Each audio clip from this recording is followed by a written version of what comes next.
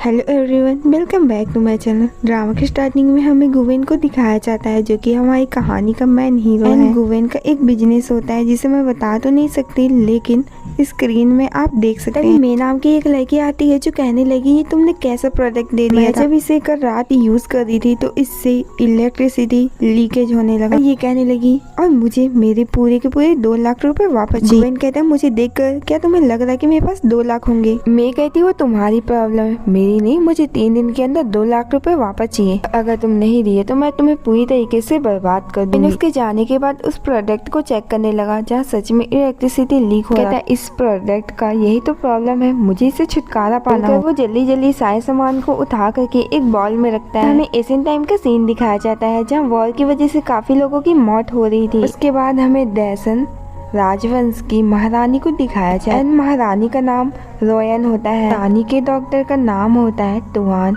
और उसके जनरल का महारानी गॉड को बताने लगती कि कैसे उनके सिटी पे हमला कर दिया गया है। उनके पास सरवाइव करने के लिए ना ही खाना, पानी और कपड़े भी नहीं है। इसीलिए मैं आपसे हेल्प मांग रही कि प्लीज आप हमारी हेल्प करें ताकि हम अपने सिविलियंस और आर्मी को बचा सकें। और अगर आप मेरी बात मानेंगे तो मैं आपको लाइफ टाइम सर्व करूंगी। तभी हमें यहाँ पे उसी कटोरी को दिखाया जाता है जो कि मॉडल वर्ल्ड में था। कटोरे से काफी सारे सामान निकलते हैं जिसे देखकर महारानी काफी हैरान कि ये है क्या। इसे सूंघते हुए कहने लगी ये तो बहुत टेस्टी लग रहा है, जैसी खाने वाली थी।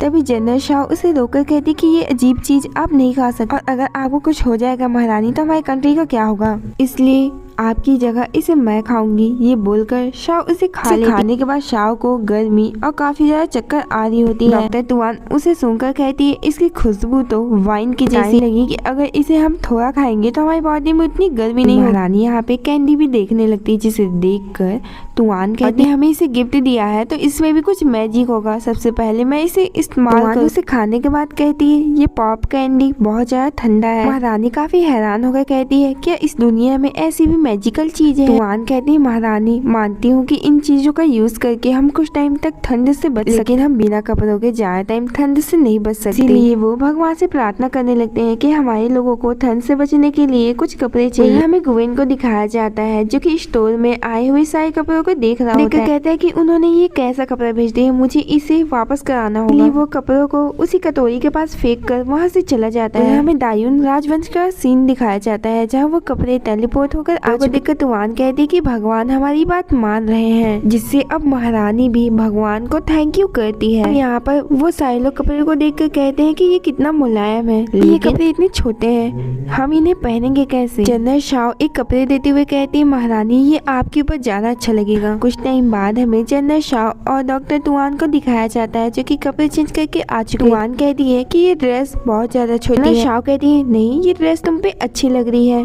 और तभी हमें महारानी को दिखाया जाता है जो कि तैयार होकर बाहर आती है, जिसे देखकर वो दोनों कहने लगती है कि महारानी सच में आज आप बहुत ज्यादा ब्यूटीफुल लग रही है। इसको देखकर ऐसा लग रहा है जैसे ये आपके लिए ही बनी है। वो तीनों उस कटोरी के सामने झुककर भगवान को धन्यवाद। कुछ टाइम बाद हमें गुवेन को दिखाया जाता है जो कि वापस आ चुका था। कटोरी को देखकर कहने लगा कि मैंने तो वहीं पे कपड़े रखे थे, वो कहाँ गए। उसके बाद वो कटोरी को ऊपर रखता है एंड उसके ऊपर एक बोतल रखता है जो कि गायब हो चुका था। वो बोतल काफी ज्यादा एक्सपेंसिव था जिसे देखकर वो काफी हैरान हुआ। हमें दायून राजवंश का सीन दिखाया जाता है जहाँ वो बोतल मिल चुका था महारानी जब उस बोतल को खोलती है तो उसमें काफी सारी तेल निकलते। वो सोचने लगी कि भला ये तेल किस काम का होगा।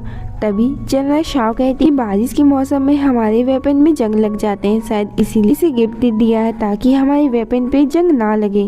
तुआन कहती है महारानी से कि हमें भगवान से अनाज मांगना चाहिए ताकि हमारे लोग और हमारी आर्मी जिंदा बच सके, और अगर हमें अनाज नहीं मिला तो हम जिंदा नहीं बच पाएंगे। दिखाया गया जहाँ महारानी का एक कपड़ा जा गिरता है उस कटोरी में हमें गुवेन को दिखाया जाता है जो कि कटोरी को देखकर कहने लगा भला वो बोतल कहाँ गायब हो गया। तभी महारानी का कपड़ा उससे निकल देखकर गुवेन कहता है ये तो एक गर्ल की बेली पॉकेट है, करके तो लग रहा है ये बहुत गर्म है, क्या इसे किसी ने पहना होगा। उसे सूंघते हुए कहने लगा कि इससे काफी अच्छी स्मेल आ रही है। गुवेन की गर्लफ्रेंड यान आती जो कहने लगी क्या तुम्हें अभी भी लड़की पे इंटरेस्ट है। गुवेन उसे देखकर कहता है तुम्हें उससे क्या, तुम यहाँ क्या करने आई हो। यान कहती है मैं प्रेग्नेंट हूँ और ये बेबी तुम्हारा है। उसके हाथ में रिपोर्ट भी थमा देती है। तो वही गुवेन कहता है मैं तुम्हें बिलीव ही नहीं कर सकती कि मुझे 2 मिलियन दो ताकि मैं अपने बच्चे को पाल सकूं। गुवेन कहता है 2 मिलियन? मैं तो तुम्हें अपना बाल भी ना दूं। उसका फोन लेते हुए कहती है मैं तुमसे आखिरी बार मांग रही, तुम दोगे या नहीं? गुवेन उसे मना कर देता है तो यान कहती है तुम देखना अब मैं क्या बोलकर यान उसी कटोरे में गुवेन का फोन फेंक कर चली जाती। फोन को देखकर कहता है कि प्लीज कटोरे के अंदर मत जाना, उसमें काफी इंपॉर्टेंट डॉक्यूमेंट है। कटोरे के अंदर जाता है तो गुवेन कहता है सब कुछ खत्म हो गया। हमें महारानी को दिखाया जाता है जो कहती है मेरे बेली पॉकेट की वजह से जरूर भगवान गुस्सा है, अपनी गलती की वजह से भगवान को नाराज कर दिया। कहती महारानी शांत हो जाइए, हमें गॉड के मैसेज का वेट करना चाहिए। गुवेन का फोन आता है जिसे देखकर वो कहने लगी कि भला ये है क्या? महारानी यहाँ पे फोन ओपन करती है तो वो गुवेन का फोटो देखती है, देखकर कहने लगी क्या इस बॉक्स के अंदर लोग रहते हैं? और जैसे ही वो फोटो साइड करती तो उसमें एक वीडियो दिखाया गया। देखने के बाद महारानी का फेस लाल पड़ जाता है एंड वो फोन को छुपा देती है। लगी कि देवता ने मुझे इस तरह की चीजें क्यों दिखाई, कहीं वो मुझे दूसरा इशारा तो नहीं कर रहे हैं। उधर हमें गुवेन को दिखाया जाता था मेरा फोन मुझे वापस दे दो, उसमें बहुत इंपॉर्टेंट डॉक्यूमेंट है। तभी गुवेन कहता है कि मैं पागल जैसे हरकत क्यों कर रहा हूँ, कोई ना कोई कनेक्शन तो हो गई इसलिए मैं कॉल करता हूँ। ये बोलकर कॉल करने लगा। एशियन टाइम में महारानी को दिखाया जाता है जहाँ उन्हें कुछ अजीब सी आवाज आ रही थी जो कि फोन की थी। महारानी सोचने लगती है कि भला ये है क्या। उसके बाद वो वीडियो कॉल उठा लेती है। जैसे ही वो फोन के अंदर गुवेन को देखते हैं तो उन्हें लगता है कि ये कोई गॉड है, इसलिए वो सर झुका करके उन्हें थैंक यू करते हैं बताने कि वो दैसन राजवंश की क्वीन है। गुवेन कहता है मेरा दिमाग सही नहीं, तुम्हें कॉस्प्ले खेलना कहीं और खेलना, ये मेरा फोन है इसे वापस दे दो, इसमें बहुत इंपॉर्टेंट डॉक्यूमेंट है। महारानी कहने लगी कॉस्प्ले और फोन का मतलब क्या? कहता है ओ ब्यूटीफुल गर्ल तुम मुझसे मजाक कर रही हो क्या? हमने अभी मॉडर्न कपड़े पहने हुए और तुम्हें फोन के बारे में नहीं पता। याद आता है कि ये सारे कपड़े तो उसके हैं, तो क्या वो सच में डायसन वंश की महारानी है? कहने लगा कि अगर तुम डायसन वंश की महारानी तो मुझे साबित कहती है ठीक है गॉड आपको थोड़ा वेट करना होगा। कुछ टाइम बाद वो कपड़े चेंज करके आती और गोल्डन फिनिक्स टोकन दिखाने को भी यकीन हो गया था कि ये कटोरा मॉडर्न वर्ल्ड से एशियन वर्ल्ड को कनेक्ट करती है। गुवेन कहता है तुम लोग के पास क्या जेली और कैंडी अभी भी है? जेना शाह कहती कि हाँ हमारे पास थी, हमने उसे खाकर ठंडी दूर किया। गुवेन कहता है कि तुमने उसे खाया, वो खाने की चीज नहीं थी। गुवेन कहने लगती है अच्छा तो उसे कैसे यूज करते हैं? गुवेन कहता है वो मैं तुम्हें अभी नहीं बता सकता, मौका मिलेगा तो मैं बता दूंगा। तीनों बार बार गुवेन को भगवान कह रहे होते हैं। गुवेन कहता है मैं भगवान नहीं, मुझे भगवान मानती तो सबसे पहले मुझे मेरा फोन लौटा दो। लेकिन क्वीन उसे रिक्वेस्ट करने लगी कि कैसे ठंड की वजह से लोग मारे जा रहे हैं और हमारे शहर पे हमला किया जा रहा है जिसकी वजह से हमारे पास कुछ भी अनाज नहीं है, इसलिए हम आपसे रिक्वेस्ट कर रहे हैं कि प्लीज हमारे 200 लोगों को बचा लें। तो 2 लाख लोगों का खाना ही सोचकर काफी हैरान होता है। महारानी कहती है कि आप हमारी हेल्प करेंगे तो हम आपके नाम पे मंदिर बनाएंगे। कहता है मैं आपकी हेल्प कैसे कर सकता हूँ, मेरे पास छोटी सी दुकान है और उस दुकान की वजह से मैं खुद कर्जे में डूबा हुआ हूँ। काफी अपसेट होकर कहती क्या सचमुच कोई भी रास्ता नहीं है? गुवेन कहता है मेरे पास एक आइडिया है लेकिन इसमें थोड़ा टाइम लग सकता है।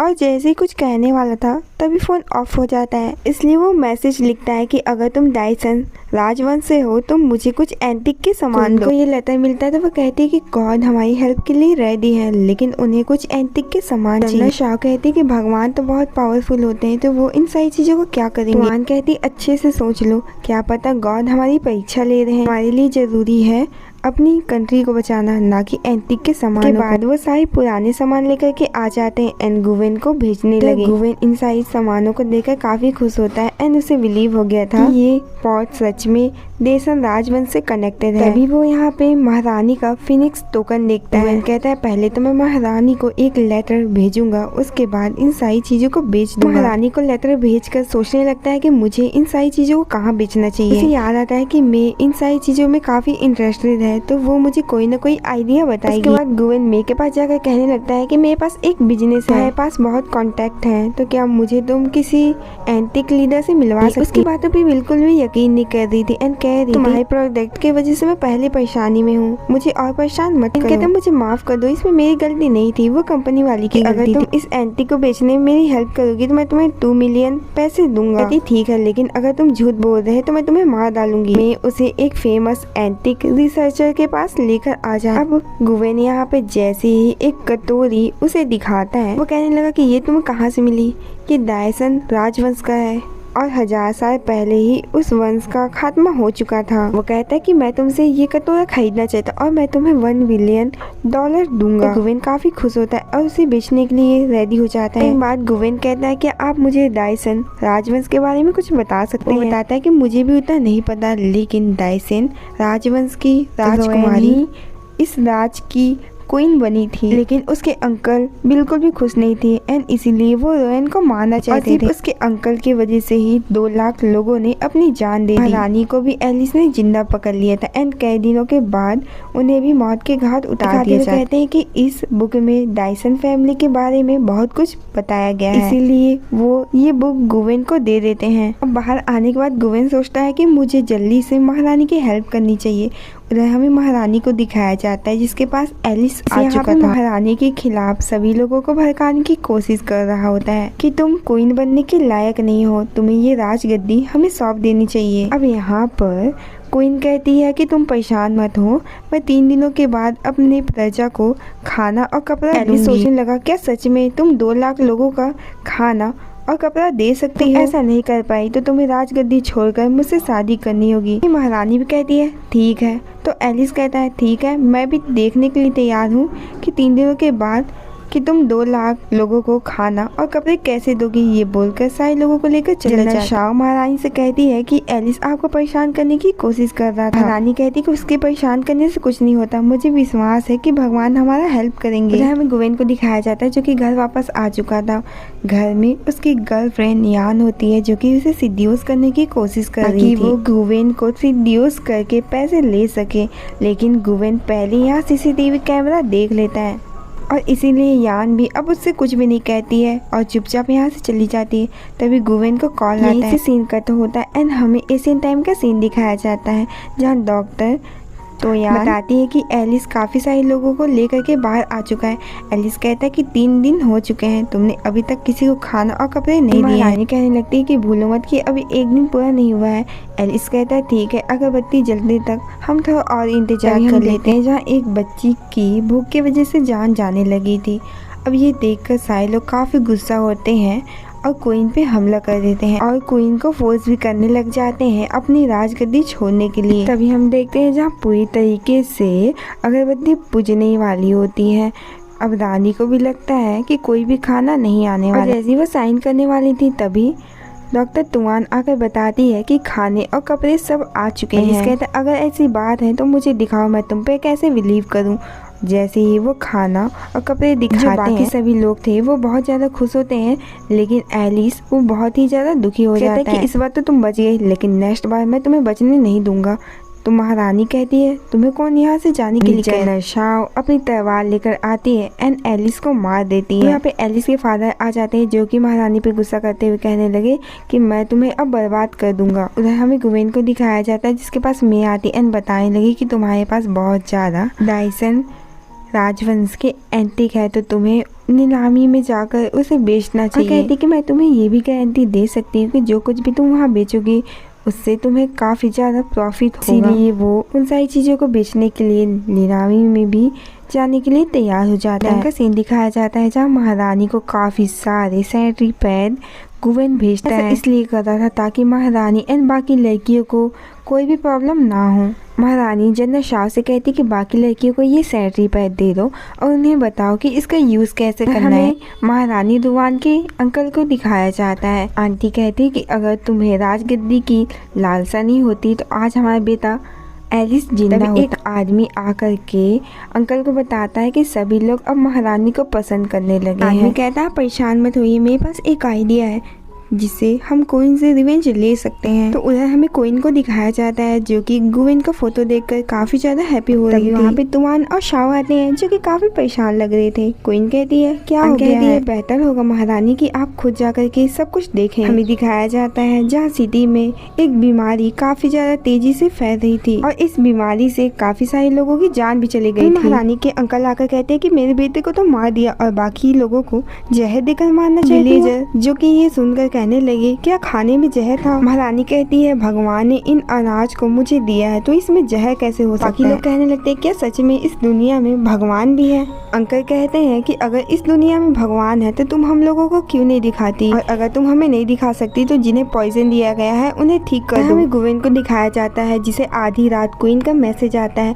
क्वीन बता रही थी कि कैसे हमारे लोगों को जहर दे दिया गया है। सोचने लगा कि मैं उन्हें कैसे बचा सकता हूँ, मैं तो डॉक्टर भी नहीं हूँ। तभी यहाँ पर वो अपना हाई स्कूल फ्रेंड झांग को याद करता है जो कि हॉस्पिटल में काम किया करता है, इसीलिए वो अपने फ्रेंड से मिलने के लिए सीधा झांग के पास चला जाता है। उससे कहता है कि इतने दिनों के बाद तुमने मुझे याद कैसे किया। गुवेन कहता है कि मुझे तुमसे कुछ पूछना था एक जहर के बारे में। झांग कहता है जब तक वो पेशेंट हॉस्पिटल नहीं आएगा मैं उसे कैसे देखकर बता सकता। कहता है कि वो स्पेशल पेशेंट है, मैं उसे नहीं लेकर आ सकता, प्लीज तुम मुझे कोई तरीका बताओ ताकि मैं उसे ठीक कर सकता हूँ।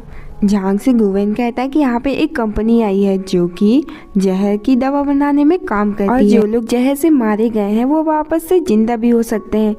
फिर गुवेन को दिखाया जाता है कि उन लोगों की जान बचाने के लिए वो उस मशीन को एशियन टाइम में भेज देता है। जब एशियन टाइम में वो मशीन मिलता है तो अंकल कहने लगे कि इससे लोग कैसे ठीक हो सकते हैं, इसीलिए गांव के बाकी लोग भी उस मशीन का बिलीव नहीं कर रहे होते। तभी एक ओल्ड लेडी आती है जो कहती है मुझे एक बार इसे ट्राई करना, अगर किस्मत रही तो मैं जिंदा बच जाऊंगी। के बाद जैसे ही मशीन चालू होता है तो ओल्ड वुमेन का नेकलेस ऊपर उठने लगा। अब उसे देखकर वो वुमेन काफी ज्यादा हैप्पी होते हैं, कहने लगी कि सच में कोई गॉड है जो कि हमारी हेल्प कर रहे हैं। जैसे ही वो मशीन से बाहर उतरती वैसी पूरी तरीके से ठीक हो चुकी थी। बाकी लोगों को भी क्वीन पे बिलीव होने लगा था, इसलिए वो नीचे उतरकर उस मशीन से थैंक यू करने लगे। देखकर क्वीन के अंकल काफी गुस्सा होते हैं, कहने लगे कि तुमने जो मेरे बेटे को मारा है मैं उसका रिवेंज लेकर रहूंगा। उसके जाने के बाद क्वीन अपने जनरल से कहने लगती है कि हमें सिटी में और सिक्योरिटी बढ़ाना होगा। जनरल शाह के पास एक सैनिक आता है और कुछ बताने लगा। शाह काफी ज्यादा परेशान लग रही थी तो क्वीन कहती है कि भला अब क्या हो गया है। जनरल शाह कहती है क्वीन से कि हमें महल वापस जाना होगा, कोई प्रॉब्लम हो चुकी है। तुआन से कहती है कि तुम बाकी लोगों को ठीक करो, और ये बोलकर वो वापस महल चले जाते हैं। बाद शाह महारानी को बताती है लियान जनजाति के लोग हमसे वॉर करना चाहते हैं। आपको तो पता है ना कि हमारे पास ज्यादा सैनिक भी नहीं है, और जो सैनिक है वो भी बहुत ही ज्यादा कमजोर है। रुआन कहती अगर ऐसी बात है तो हमें फिर से गॉड से हेल्प मांगनी होगी। गुवेन को दिखाया जाता है जिसे मैसेज आता है क्वीन का। क्वीन कह रही होती है कि हमें 60,000 से भी ज्यादा वेपन चाहिए क्योंकि लियान जनजाति के लोग हम पे हमला करने वाले हैं। कहता है कि मैं तुम्हारी हेल्प करने के लिए मॉडल वेपन दूंगा, लेकिन मेरे पास वो वेपन आएगा और इसीलिए वो मे को कॉल करता है ताकि मे उसकी कोई हेल्प करे। तो मे भी उसे अपने घर में आने के लिए कहने लगती है, जो कि मे के घर में आ जाता है, लेकिन मे वहाँ पर नहीं होती। लेकिन मे के कपड़े वहाँ रखाए हुए थे। उस कपड़े को देखकर सूंघने लगता है, पीछे से मे आ जाती है। तभी पीछे से मे आ जाती है जिसे देखकर गुवेन कहता है मुझे लग रहा था कि तुम घर में नहीं हो। मे गुवेन के क्लोज आकर कहती है अगर तुम्हें पसंद है तो मैं ये कर सकती हूँ।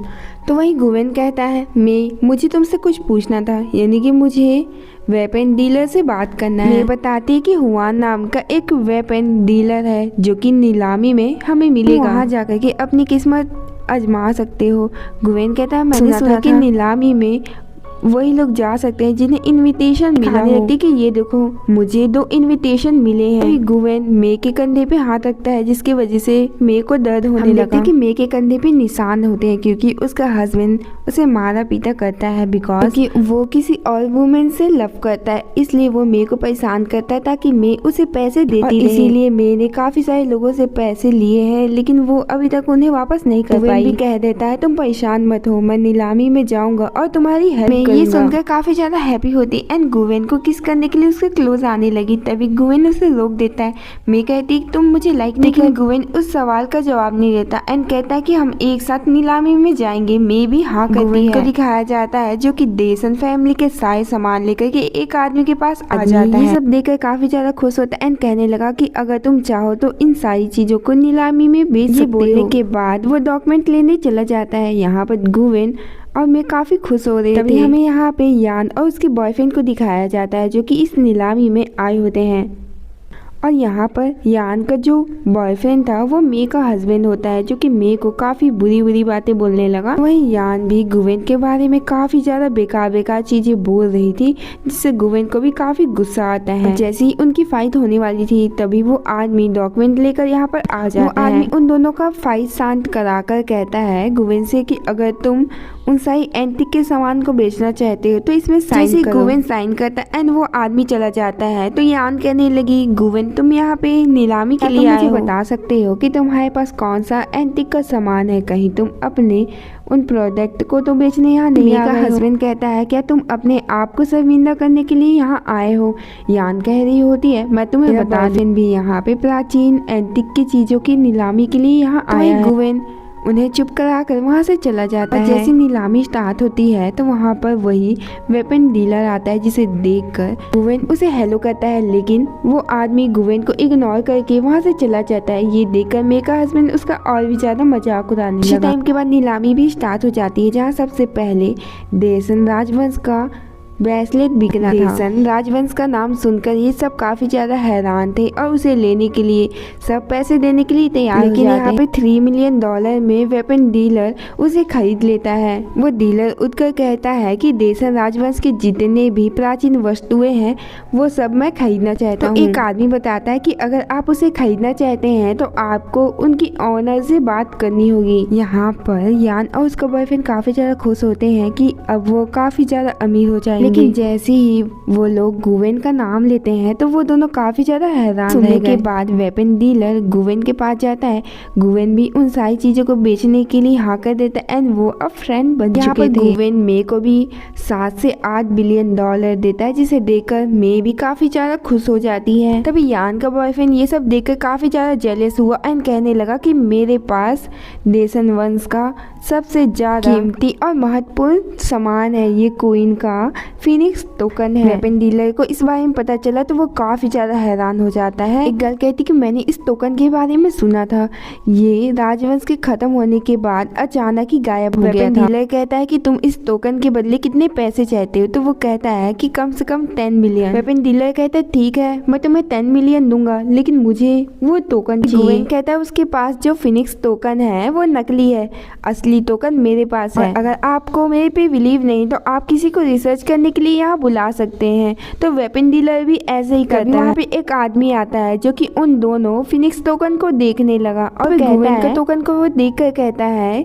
कि 3000 पुरानी चीज इतनी नई कैसे दिख सकती है, और इसकी क्वालिटी को देखकर लग रहा है कि ये बहुत ही ज्यादा नया है, तो ये फिनिक्स टोकन तो हो ही नहीं सकता। और यान के बॉयफ्रेंड का टोकन को देखकर कहने लगे कि यही असली फिनिक्स टोकन है। एक और आइडिया है ताकि हमें पता चल सकता है कि इन दोनों में से कौन सा टोकन असली है। कहने लगे कि अगर इन दोनों टोकन में हम ब्लड रखेंगे तो उससे फिनिक्स बाहर निकलेगा। जैसे यान का बॉयफ्रेंड अपने टोकन पे ब्लड डालता है तो उसमें कुछ नहीं होता, लेकिन गुवेन जैसे ही अपना ब्लड डालता है उसमें से एक गोल्डन फिनिक्स बाहर निकलती है, जिसे देखकर सब काफी ज्यादा हैरान होते हैं। गुवेन कहने लगा कि मैंने तो आपसे पहले कहा था कि मेरे पास ही असली फिनिक्स टोकन है। यान का बॉयफ्रेंड काफी ज्यादा अपसेट होता है एंड कहने लगा कि मैंने अपने सारे पैसे दे करके इस टोकन को खरीदा था, आप इसे बिल्कुल भी मत तोड़ना।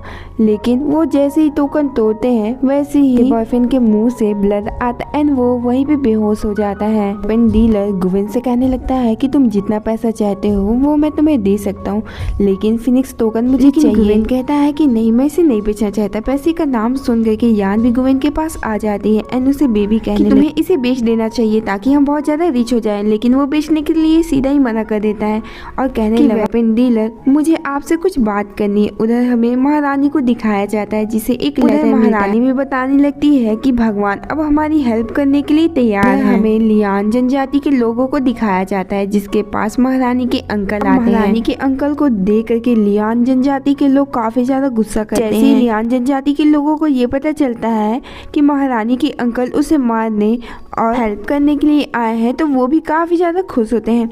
उधर हमें गुवेन और मे को दिखाया जाता है। जो मे होती है वो गुवेन पे काफी ज्यादा इंटरेस्टेड थी एंड इसीलिए वो गुवेन को किस करने लगी। तभी गुवेन भी अचानक से मे के काफी क्लोज आकर के उसे किस करने वाला था एंड तभी वो दूर होकर कहने लगता है मुझे माफ कर देना मे, लेकिन मैं ऐसा नहीं कर सकता, और ये बोलकर जाने लगा कि हम फिर कभी बाद में मिलेंगे। महारानी को दिखाया जाता है जो कि काफी ज्यादा परेशान थी। तभी जनरल शाह आकर बताती है कि कैसे कुछ लोगों ने लियान जनजाति का मदद किया और वो लियान जनजाति के लोग यहाँ आ चुके हैं, इसलिए अच्छा होगा कि महारानी आप इस जगह को छोड़कर चली जाइए। लेकिन महारानी जाने से सीधा ही मना कर देती है। तलवार लेकर के फाइट करने के लिए वहाँ चली जाती है। तो वहीं तुआन भगवान से प्रार्थना करने लगी कि प्लीज गॉड हमारी महारानी को सेफ रखिएगा। मॉडर्न वर्ल्ड में गन डीलर और गुवेन को दिखाया जाता है। गुवेन यहाँ पे गन डीलर से काफी सारे गन लेता है। महारानी और जनरल शाह को दिखाया जाता है जो कि लियान जनजाति के लोगों से फाइट कर रही होती है। हमें दिखाया जाता है जहाँ लियान जनजाति के लोग भी यहाँ आ जाते हैं जो कहने लगते हैं कि मुझे विश्वास नहीं था कि तुम जैसी नाजुक लड़की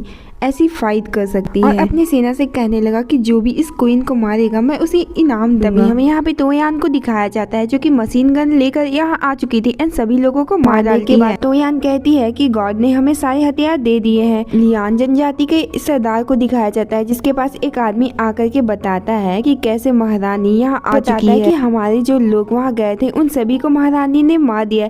तभी गन की आवाज आती है। यहाँ पे महारानी जो होती है वो गन लेकर के आ जाती एंड धीरे धीरे करके सभी लोगों को मारने लगी। लेकिन इस युद्ध में यहाँ का जो सरदार होता है वो जैसे तैसे अपनी जान बचाकर वहाँ से भाग जाता है। हमें दिखाया गया जहाँ वो रॉयल मेंशन वापस आ चुके थे एंड उन्हें पता चल गया था कि भला वो कौन था जिसने उन लोगों के लिए दरवाजा ओपन किया। शाह उससे कहने लगती है कि बताओ इसके पीछे कौन है और किसने तुम्हें ये काम करने के लिए कहा था। जैसे ही यहाँ पर सैनिक बताने लगता है कि ये सब महारानी के अंकल का काम है, तो ये सुनकर वो सभी लोग काफी हैरान हुए। गुवेन को दिखाया जाता है जो कि कुछ काम कर रहा था। तभी उसका एक पार्सल आता है जिसे वो आदमी कटोरे में रखकर चला गया। वो पार्सल महारानी के पास टेलीपोर्ट हो जाता है।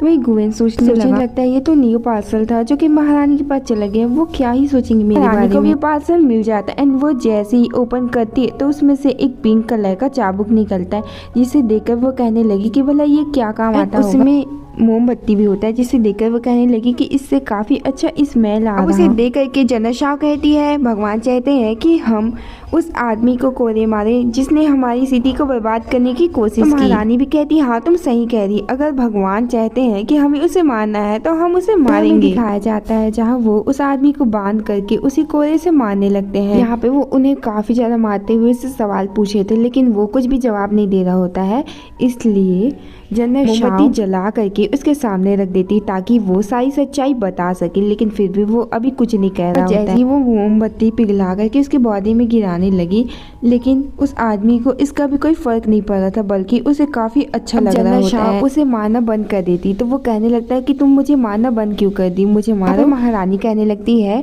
कि अगर तुम हमें सब सच्चाई बताओगे तभी हम तुम्हें मारेंगे।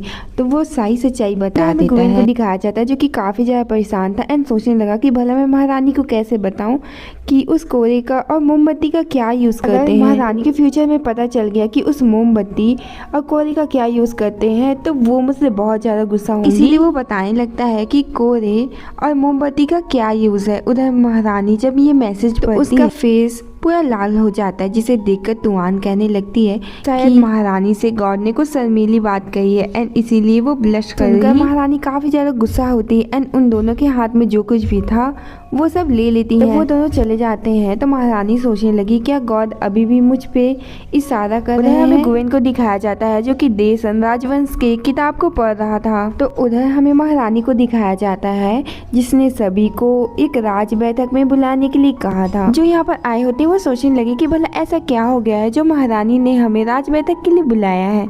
तभी वहाँ पे महारानी के अंकल भी आ जाते। महारानी आ जाती जो कहने लगती है कि हमारे लोगों के खाने में जहर मिलाया गया था। बताती है महारानी कि हमारा कोई आदमी है जो कि लियान जनजाति के लोगों के साथ मिला हुआ है और उसी आदमी ने लियान जनजाति के लोगों को अंदर आने की अनुमति भी दी थी। यहाँ पे अंकल के मंत्री को लेकर आया जाता है एंड वो सारी सच्चाई बताने लगा कि मैं 10 साल से आपके अंकल के साथ था एंड मुझे उनकी सारी सच्चाई के बारे में पता है। अब ये सुनकर महारानी कहती कि मैं तुम्हें एक और मौका देना चाहती हूँ। यहाँ पे उसके अंकल कहने लगते हैं कि तुम बहुत ज्यादा गलत कर रही हो और आगे देखना कि मैं तुम्हारे साथ क्या क्या करता हूँ। कहते हैं कि अगर तुम मेरे बेटे के साथ शादी करने के लिए तैयार हो जाती तो ये सब नहीं होता। महारानी उसकी बातों से काफी ज्यादा गुस्सा थी एंड इसीलिए उसे पूरी सिटी से ही बाहर फेंकवा देती है।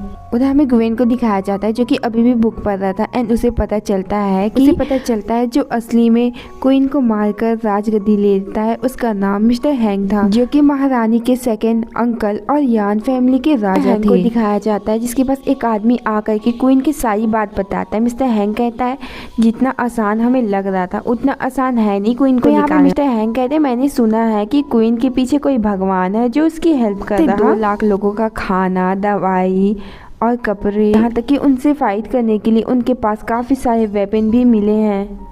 इसलिए मैं चाहता हूँ कि तुम उस रहस्यमय कटोरे को लेकर यहाँ आओ। उधर हमें गुवेन को दिखाया जाता है जो कि महारानी को सच बताने के लिए लेटर लिख रहा था। बात का सीन दिखाया जाता है जहाँ वो आदमी मिस्टर हैंग के पास उस कटोरे को लेकर के आ जाता है। मिस्टर हैंग कहता है कि हमें भगवान को खुश करने के लिए हीरे, जवाहरात, सोना, चांदी सब चाहिए होंगे, उन्हें तुम लेकर जल्दी से। दिखाया जाता है जिसे काफी सारे हीरे, जेवरात और एक लेटर मिलता है। इस लेटर को पढ़ने के बाद गुवेन समझ आता है कि जो कटोरा था वो मिस्टर हैंग के पास आ गया है। मिस्टर हैंग को दिखाया जाता है जिसे अभी गुवेन का लेटर मिलता है जिसमें लिखा था कि कैसे मिस्टर हैंग महारानी के ऊपर हमला करने वाला एंड इसीलिए मिस्टर हैंग जो है अब महारानी के ऊपर सच में हमला करना चाहता था। दिखाया जाता है जो कि सभी लोगों को अपने पास बुलाते एंड बताने लगी कि कैसे अब भगवान चाहते हैं कि महारानी देशनराज वंश की अब देखभाल ना करे। तभी दिखाया जाता है जहाँ महारानी भी वहाँ आ चुकी थी एंड ये सब देखकर काफी अपसेट हो रही थी,